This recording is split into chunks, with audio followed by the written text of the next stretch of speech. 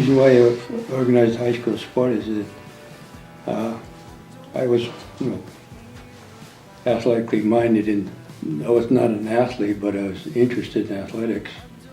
So when I got took the phys ed at the university, a major in phys ed, and from there, when I got into the school, in the last school I was at, well, even before that, I got involved, or got the kids involved in athletics, in track and all this basketball and volleyball.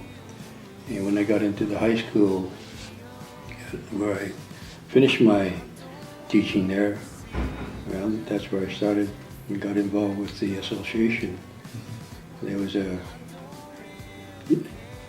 think at that time was just starting for me as involved in coaching in the high school team. And then I know at that time we were low levels, the C, class C, because of the population is small. That's where it all started from there.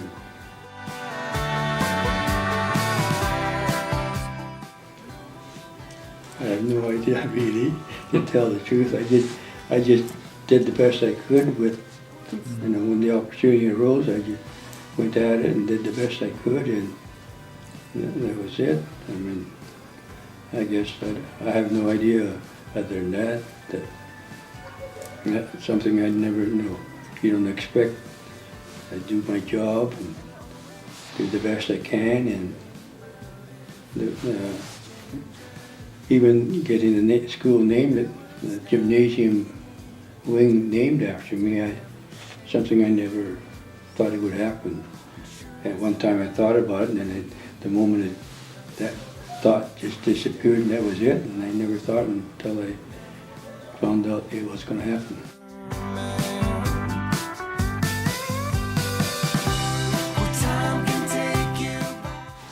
Well, the students at school, they would like to be active. They like to participate. I think basically in their mind they think in terms of winning. I don't think that's the first thing, but that's, I think in all sports, the thought of winning is there, and they try to do the best they can and excel in it. If they can't, well, at least they tried. And this way I look at it is that's why, to me, the teams that I've coached, well, we won a few tournaments and that, but we've never been real champions. But the fact that they enjoyed it, being a participant, and I think that's where it comes up, because it comes back to years later that they appreciate it.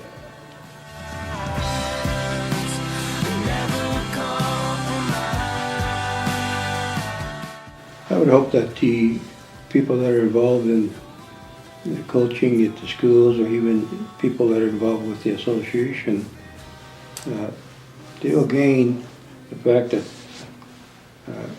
for me, I found that having been involved in the cooperation and the assistance I got from the membership of the association, that's what made it possible for me to continue, and I think that's part of what I've achieved. And these people that are involved, whether directly or indirectly, they will see this gain, this information, or this fact that they did, it was their work that they did this. Yeah. It helps.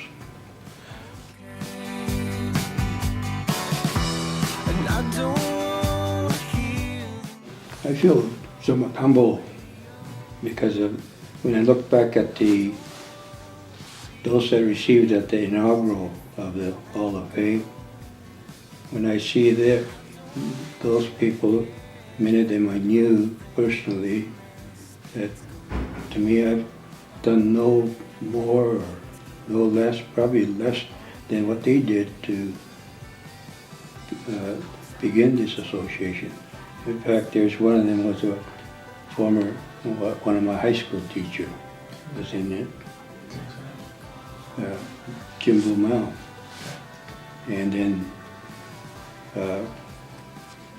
from University, Herb McLaughlin. And there's a lot of coaches and teachers and coaches from opposing schools, the high school that I went to, from Raymond and from Lethbridge. Jim Whitelaw from Lethbridge, he's one of them. And there's even one of the principal of the school that I was in, at Dawson, he was one of the founders of the association that I wasn't aware of until the 50th anniversary time, because he never mentioned, but he was involved, no, he was interested in the program that we had at the school in athletics. So, and there are quite a few others that were fellow students at the university with me.